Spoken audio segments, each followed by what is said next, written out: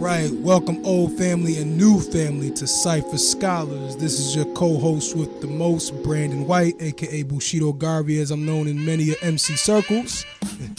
And this your co-host of the co-host, your boy Rob Blow. Yes. For those who don't know, again, Cipher Scholars is the radio show that's part hip-hop, part education, all culture, that's always local, global, and universal. And this is a milestone episode because it's the first episode I'm doing without a hat. And I do feel naked, but that's all right because sometimes you're not always prepared the way that you're usually prepared with your rituals and routines when you teach, but you still got to deliver, right? So let's go ahead and hop right into this syllabus. We got graduation season, right? We're going to talk about graduation season. We're going to talk about the reparations movement that's going on right now. Brother Ta-Nehisi Coates went before Congress not too long ago. We're going to dive into that. And then we're also going to dive into Megan Thee Stallion's school career. She's a established MC, mainstream or reaching mainstream status that's still holding on to some academic ideals about what she wants to do career-wise outside of music. So it's really important because that's a perfect example of being a Cipher scholar. So let's hop right into the syllabus. Right. Peace to Brittany, peace to JB, peace to Mama Murphy for listening on live. So 2019 year, the year of graduation for those high school students that are going to be college bound soon enough. Yes. And for those that might just jump right into the workforce. I think I get more excited about that than like some of the traditional holidays. You know what I'm saying? Just like it's people's work paying off. You know what I'm saying? Yep. It's the students who either thrive or survive in the systems of K-12 education that made it. It's the parents that push them through. It's the teachers that push them through. The administrators that push them through. It's a real celebratory, culminating moment. You know what I'm saying? Yep. From all that hard work from K through 12th grade, their career as a student. But now they have a choice to make, what goes on in their life after high school, after 12th grade. But as I was looking into this, I saw some crazy stories with some students during their graduation ceremonies. Me and you talked about this prior, but I got some students in different locations of the United States and stuff like that in different states. Where some students actually called out their staff members of the schools. I guess one teacher came intoxicated many of times, you know what I mean? And they actually made an example out of him, saying that you showed us an example of what not to be. The dangers of alcoholism. Warn them against the dangers of alcoholism. Yep. Salutes to, you get a gold star. Whoever that is. Let's give them gold stars for those doing big things in the teacher way, right? So, gold stars, the sister, her name was Ta-Nehisi. Oh, okay. Yep. Oh, no. My bad. Natalie Burr. Ta-Nehisi High was the name of the school. Okay. And Natalie Burr is her name. Pardon me. You still get the where's gold star. Where's the school located at? San Diego. In San Diego? Okay. Yeah. Sis was like, thank you for the alcoholic teacher. You taught me the dangers of alcoholism. Thank you, school counselor, for teaching me to fend for myself. Because, you know what I'm saying, you wasn't doing what you had to do. Not putting them onto scholarships that was available. Exactly. You know what I mean? Things of that nature. And that's why I get so excited about graduation, because kids survive. There's something many kids survived these kind of circumstances. You know what I'm saying? Yeah. School is supposed to help facilitate a child's learning and their experience. But in some cases, you know, you're gonna have these situations where some staff members are not following ethics. Yeah, they're not doing what they're supposed to do all the time. And you know, salutes to the ones because of that, these students gotta navigate, man. So we gotta big up those students that actually survived those situations, man. Yeah. So and then also still work hard and pray for and be with the students who don't make it. You know what I'm saying? Yep. Like, because I don't want to be like, yeah, y'all made the Hunger Games, forget everybody else. You know what I'm saying? But like the ones that didn't, we still have to be there for through whatever other alternative methods of education are best for them. Yeah. Now they have a choice now, so they're either going to join the workforce or they're either going to go to college and continue a second level of education. Let me ask you a question.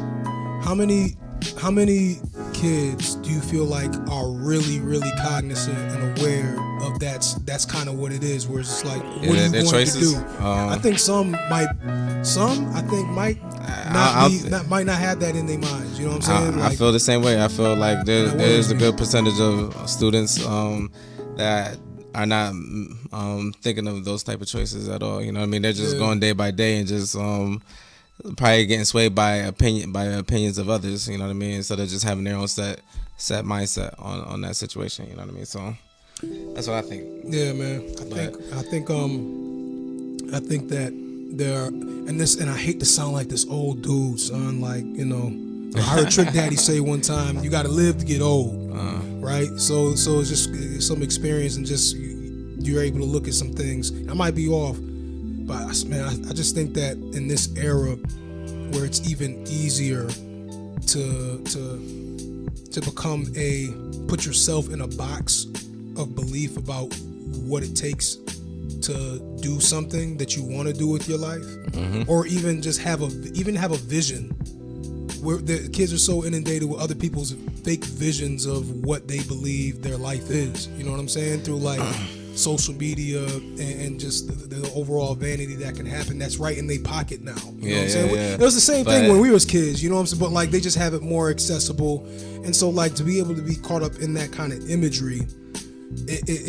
You're feeding into other people's imageries, fake purposes, possibly real purposes, not necessarily always looking at your own. Yeah, I mean, but these are young kids that are trying to form themselves, trying to build up their character, trying to build up their attributes. You know what I mean? They're gonna lean. I think they're gonna lean towards those fake followers. Like, I mean, those fake leaders or whatever, what have you. Those options of figures that they could use to help guide them in some form of fashion, you know what I mean? And maybe they could take from all of that. I mean, I think they're just trying to take from those situations and maybe trying to help form themselves in a way, you know what I mean? I think that there will be plenty of kids who do that. Peace to Rashawn P for listening on the live. I think there will be plenty of kids who do that, but I also think there'll be more kids that won't. Because like I was just talking about this with my boy in the gym, Peace to DJ. He was talking, like we were just talking about using social media to get people to really think about what they could be doing for themselves as opposed to feeding into whatever vain purposes somebody else has for them on social media. Like all those people you were talking about in terms of the influencers, that they follow, right? Social media influencers. They're not influencing young people to be whatever they're designed to be. They're influencing them to feed their ego or feed their brand or feed their image. You know what I'm saying? Like, you don't think it's a two-way street though? You don't think that's a two-way street at all? I think there can be a two-way street. I think there can be a healthy way of doing that. And I think that there are also some unhealthy ways of doing that where it's just like I think more often it's more vampire-ish than actually like being a two-way street where it's just like, and I do see a lot of people reciprocating that on IG, so I don't want to dismiss that. But I do think there are people who bank on other people explicitly following them, getting caught up in what their imagery is, and not creating space for them to reflect on who they are as people. And at 18, and you just, a defining factor of your life was going to this place basically from 7 in the morning to 3 o'clock in the afternoon, and all you got right now is like, unless you got work plans, college plans, training plans, workforce plans, whatever, like, and all you got is this like pseudo virtual reality. It could be easy to get lost. You know what I mean? Yeah, that is true. That is very true, man. I mean, I agree with you on that, but I mean, I think it just, to your point though, I think it's just they have to be coached. Every child, or student, adult now, because they're graduating, should be coached or be made aware of how to use social media, not have social media to use them. That could actually be a class or maybe some form of a seminar or something like that. Yeah, there should have been a class in K-12. It should have been a class in the curriculum that is for true. that. You know what I'm saying? I don't even know if they're teaching kids how to type anymore. Like that. They're not even teaching kids how to type anymore. That's gone. That's gone. Because you don't even need even using a laptop can be a little obsolete. Like ain't that crazy? Because now it's all tablet and phone technology. You know what I'm saying? You don't need what you need to know a keyboard for on IG. You don't need to press buttons no more. You know what I'm saying? Right. You know, press the screen. Screens now. You know what I'm saying? We the dinosaurs with these laptops. You know what I'm saying? So we reached our time. All right. Let's transition into a not a new topic at all, but Nope. it's getting some new traction. Yep. Reparations, brother Ta-Nehisi Coates, Yep. author, cultural critic. You know what I'm saying? The novelist. Yep. That's the same thing. This is a different type of author, but y'all get what I'm talking about. Old boy went before Congress to make a statement for reparations. Mm-hmm. And in usual Tiny, and he wrote actually an essay about this previously in the Atlantic called "The Case for Reparations," but this time it actually went before Congress. It came out in 2014 or something like that. Came out a couple years ago. Yep. Okay. You know, and salutes to the homie. You get a gold star too. You know, brother Coates. Mm-hmm. You know, for just being a thought leader and kind of like the James Baldwin of our era, in my opinion. But he made a strong case for reparations. And what did old boy Mitch McConnell say? For those who don't know, Mitch McConnell is the dozer for Donald Trump. The kind of do-boy, the kind of rot. He's one of the few that Donald Trump ain't portrayed yet. Okay, so this is a quote from Mitch McConnell. Yeah. He said, reparations for something that happened 150 years ago, for whom none of us currently living are responsible, is a good idea. It's not a good idea. It is not a good idea. Yeah.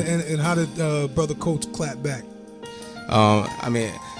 Basically, well, he's talking about Coach, the guy who wrote Yeah.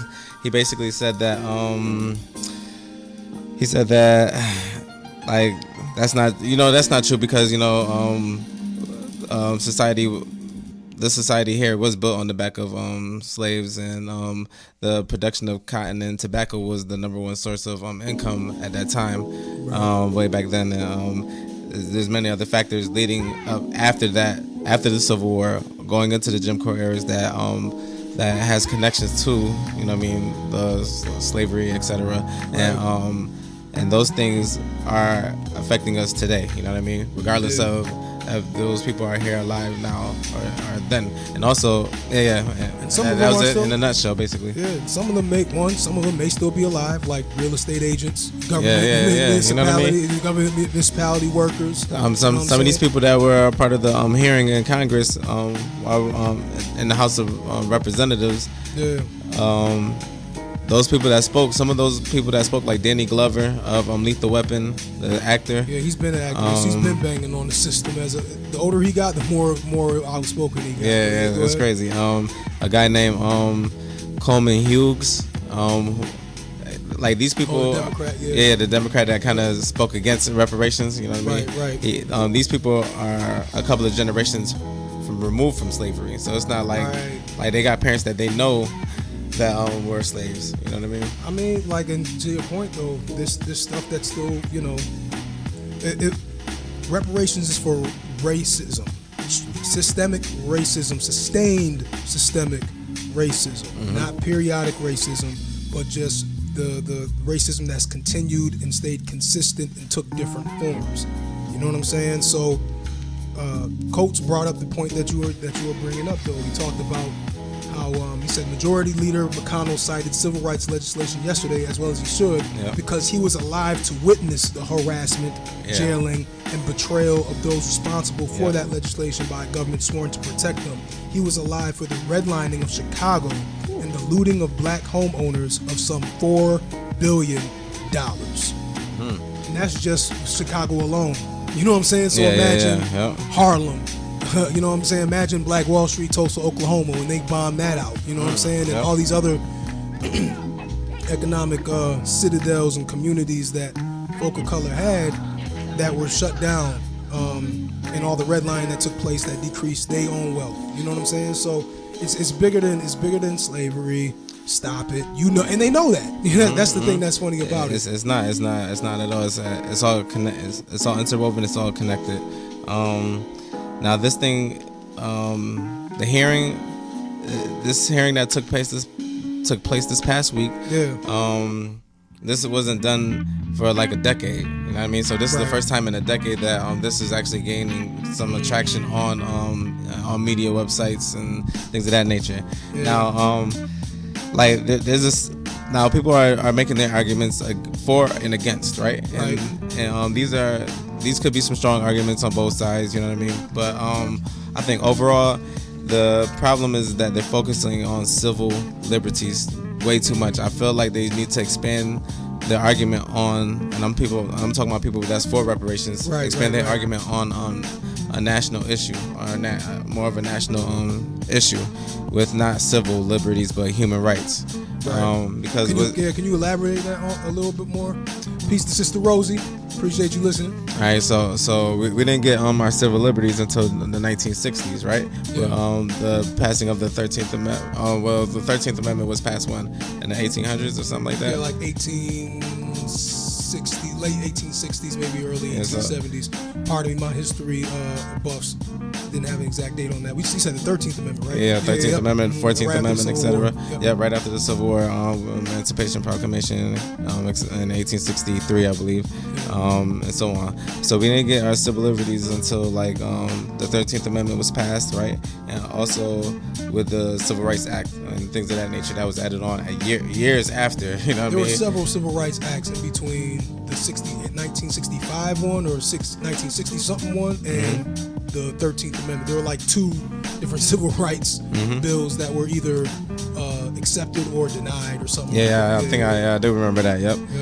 So those things alone connect you to your civil liberties, but has nothing to do with human rights at all.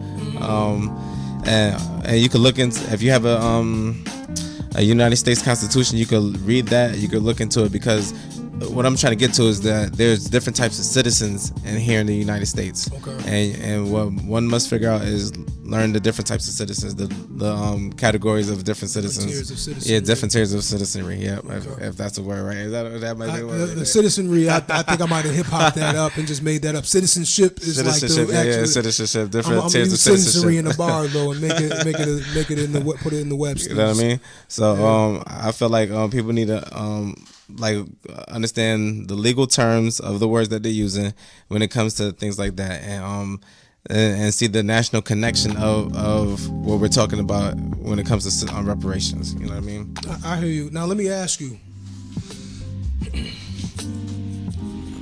I'm gonna say this, and then I'm gonna ask you.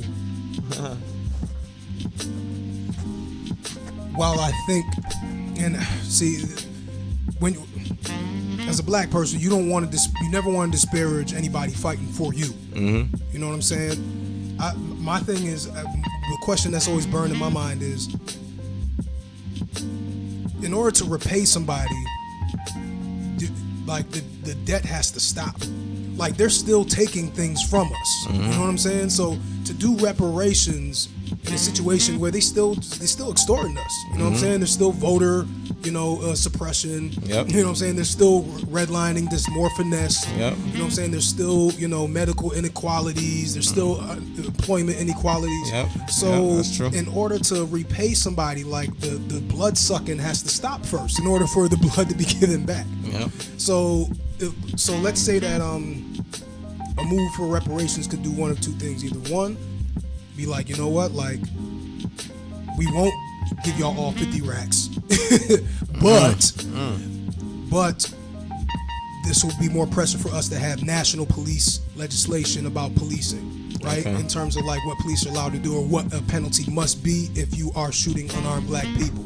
So like, you got the goal up here. It's like, all right, we'll stop harassing y'all in the streets. We'll make sure that y'all have good, housing opportunities. We'll make sure that, so that can happen. Or we actually get some bread. What would you buy if you got the bread? What would I buy?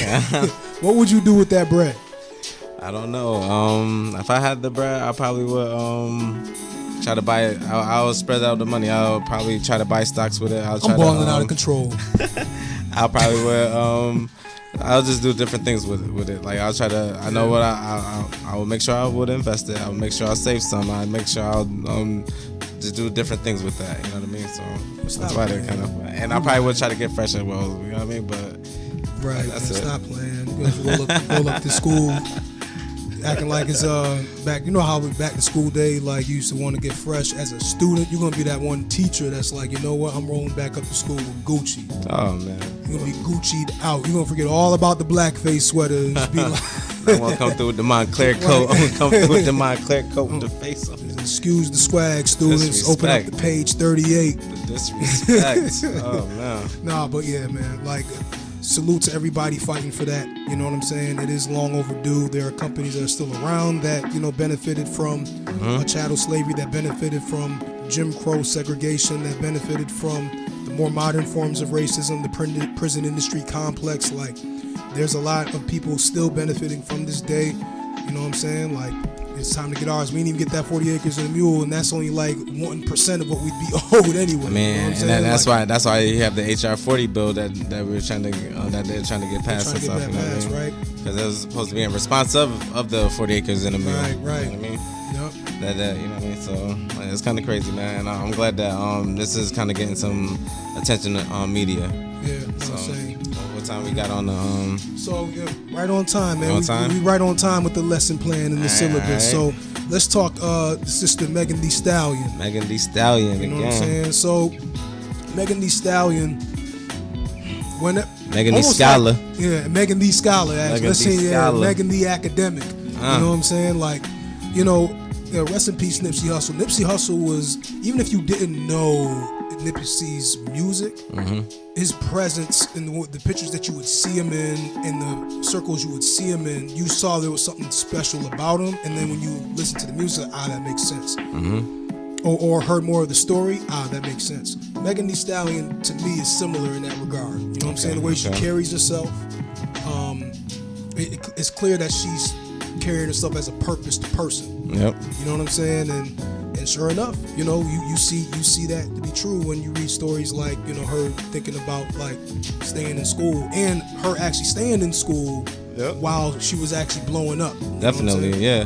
Where she could easily basically drop that part of her life to continue her venture as an artist, as a hip hop female artist. Yeah. And you know what I mean?